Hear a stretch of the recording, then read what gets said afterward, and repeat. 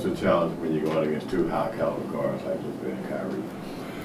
The challenge is not to give them anything easy, in terms of fouling them, putting them on the free throw line, allowing not dictating, how you force them into different directions. Like, you have to be great on the ball, you have to be smart, you have to show your hands. Again, they pump fake, they have so much moxie. And no one guy is going to stop those guys. You know what I mean? It's a total team effort, and so everyone has to be on high alert and active in terms of disrupting whatever they're trying to do. Colin, any chance they'll tell us who's going to start for D'Angelo if D'Angelo's not able to go? It'll be Dennis, Bees, Vando, Brian, and AD. And It's damn. crazy. I have to pick him a follow. No, but competitive advantage or sex. I think there was this idea at one point that Dennis could bring sort of playmaking to that second unit. Are you going to kind of use your rotations to keep him in some of those groups, or did what Austin did in the last game kind of build your confidence that there's enough there? Yeah, I mean, with Austin, like, he's another Swiss Army knife, bro. He can play a little one, initiate from whether he's the primary ball handler or secondary ball handler.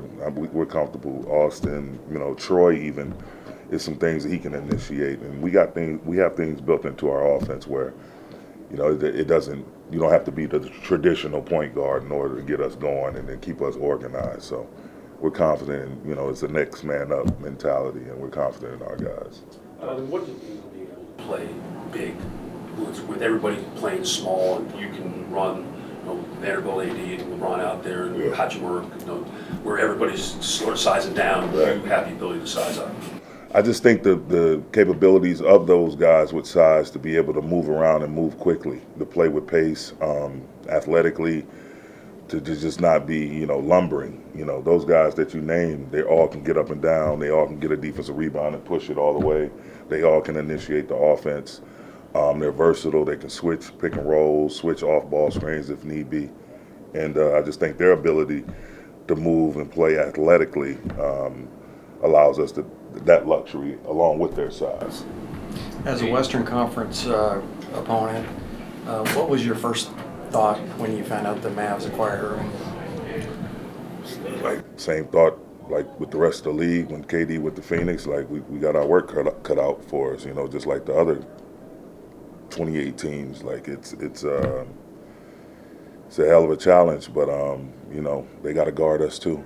AD told us the story I guess shoot around the other day. You guys were running some scripts offense, and Beasley was throwing an inbounds or entry pass.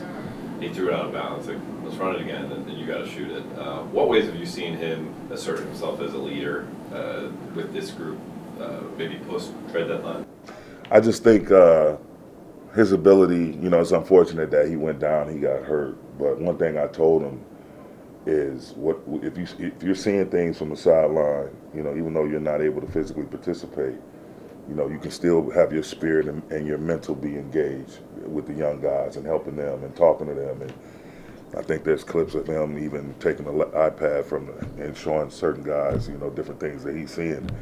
And I just think that makes you more, submerging yourself in the game in that way. It just makes you more like, you're tangible. You're more tangible in terms of your feel. And once he did get back out there with the guys, he's going through the motions of what he actually told them and what he saw and what he was trying to give them. And so it just makes you that much more committed and locked in. And I love it. Like, he and Brian both, man. The way they've communicated with us as a coaching staff and with their new teammates and the guys that's been here. I mean, it's been nothing short of phenomenal. I think that's a big part of us, being able to get one game at a time, get to the destination that we're seeking. How confident are you that with a player like Jared that you can kind of go to him and say, here's Luka tonight, like, this is your job.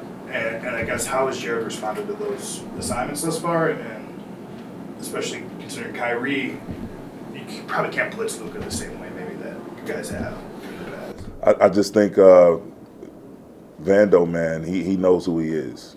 You know, he has no illusions of grandeur. You know, he knows there's guys out there whose job is to just set the tone and be a force for us offensively. He knows he has to be a force and set the tone for us in terms of the intangible things, you know, the matchups, guarding the guy so we don't have to overhelp maybe. His size, his athletic ability, his ability to play laterally and vertically makes him a special player. His ability to switch off in different scenarios and pick and rolls, and dribble handoffs.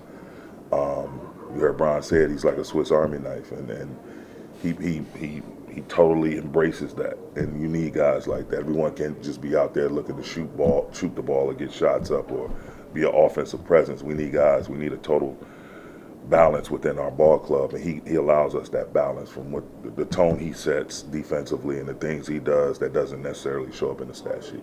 With Hachimura, since he got here, what's the fit been like, not only for him, but for other guys knowing how to kind of maximize his abilities?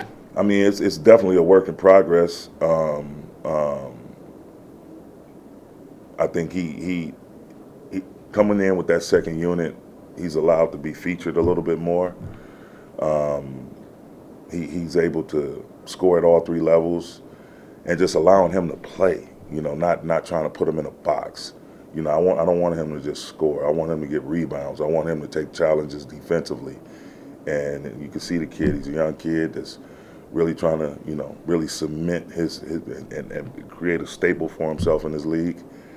And he's embraced and tried to do everything we asked of him. But there's so many layers to him that he's going to get so much better in different areas to where, you know, he's still on the incline. And but so far, so good. He's been great. I mean, some of the plays he made, we had a game back, you know, in Golden State where he was huge down the stretch, got some big rebounds, got some big stops, hit some big shots, and just his versatility, you know, his ability to play big or small is key. So he's been great. Thanks, Coach. Yep. Appreciate it.